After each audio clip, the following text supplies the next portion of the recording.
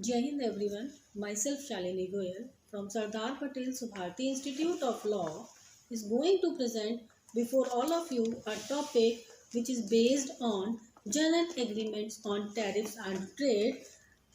As I told you, my topic is based on general agreement on tariffs and trade.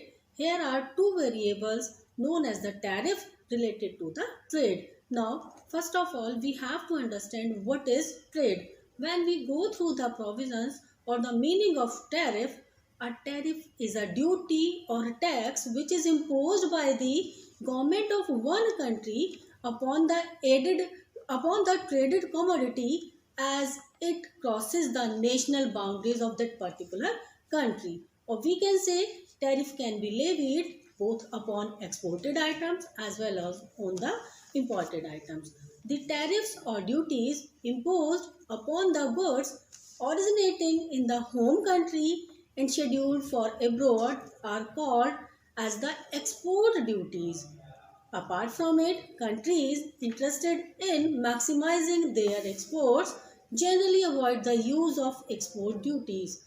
On the other hand, we talk about tariffs have therefore become synonymous with import duties, or it is clear as the definition given of the export duty.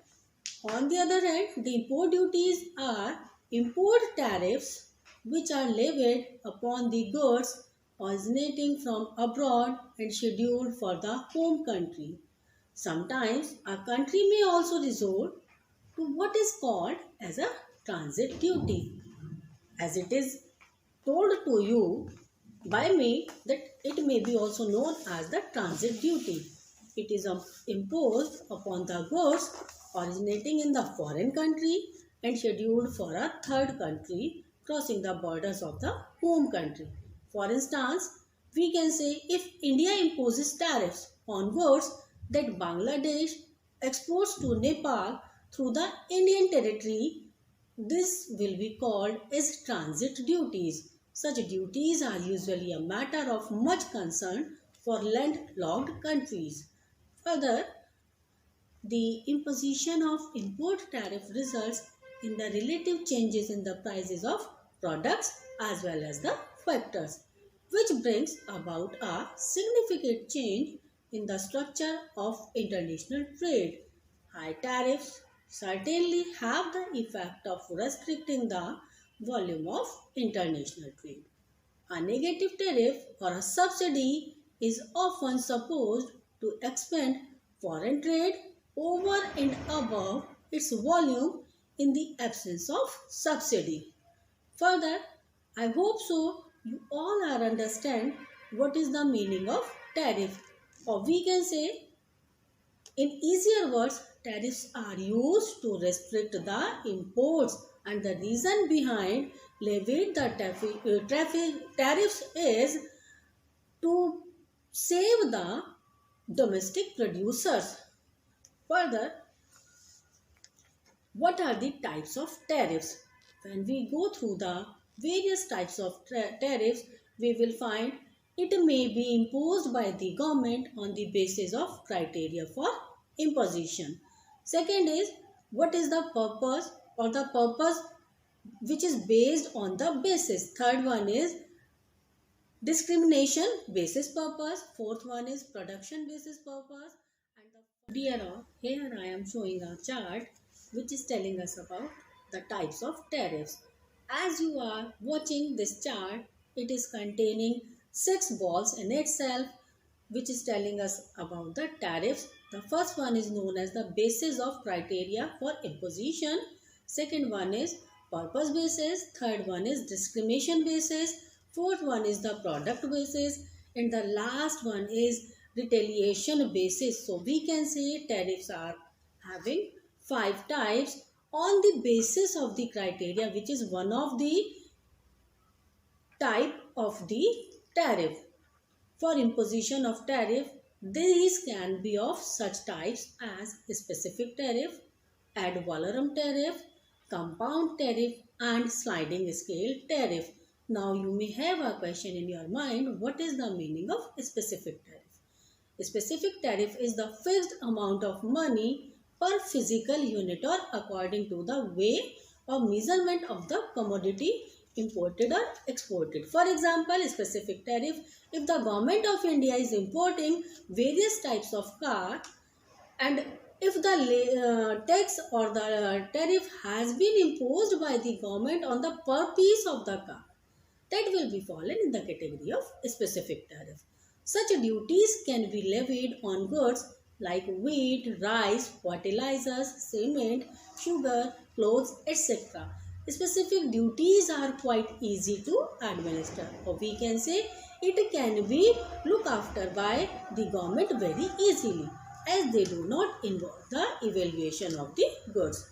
The determination of the value of the traded goods may be difficult, as there are several variants of price such as demand price, supply price, market price, contract price, invoice price, or we can say free on board prices. Apart from it, cost price, insurance price, or the freight price.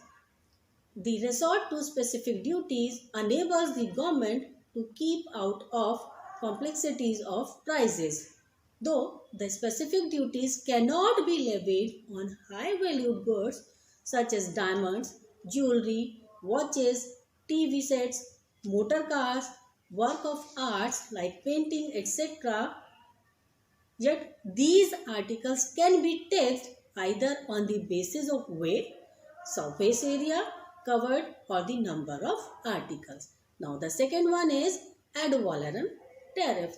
Ad valorem is the Latin word which means on the value, means whatever has been traded by the government, what is the amount paid, what will be the amount which will be paid by the government. When the duty is levied as a fixed percentage of the value of the traded commodity, it is called as ad valorem tariff. Such duties are levied on the products the value of which is disproportionately higher compared on their physical characteristics such as weight or measurement. These duties are more equitable, as the costly goods generally consumed by the rich persons, they bear greater burden of duty, while the cheaper goods bought by the poor persons, who are liable to pay the lesser burden of tariffs. For instance, if the import of watches is subject to 70% ad valorem tariff, a watch valued at rupees 1000 will be subject to a duty of rupees 700, and a watch valued at rupees 1200 will be subject to a tariff amounting to rupees 840 rupees. The ad valorem duties have an additional advantage that the international comparison of tariffs in their case can be easily made. Further, the third one is the type of the tariff known as the compound tariff. As it is very clear by the name compound tariff, it means mixture of both of the previous tariffs. The compound tariff is a combination of specific as well as the ad valorem tariff. The structure of compound tariff includes a specific duty on each unit of the commodity plus a percentage of ad valorem duty. The compound tariff not only impart a greater elasticity to revenues but also assure a more effective protection to the home industries. For example, fixed $100 duty plus 10% of the value of every imported car. It means if the government of India is importing few of the cars or a number of the cars, then there will be a $100 duty as well as 10% will be the value of every imported car. It will be known as the compound tariff. Next is sliding scale tariff.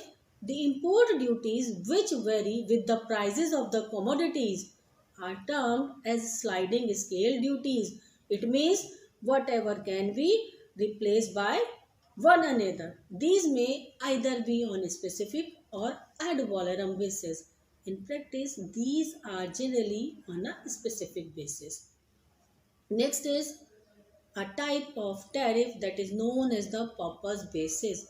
On the basis of purpose of levying the tariff, we can divide it into two types. First one is revenue tariff and the second one is protective tariff. Now, what is revenue tariff? The tariff which is imposed primarily for generating more revenues for the government is called as the revenue tariff.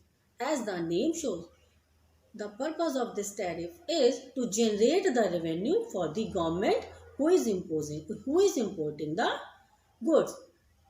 In advanced countries, the introduction and diversification of direct taxes has reduced the importance of tariff as a source of government revenues.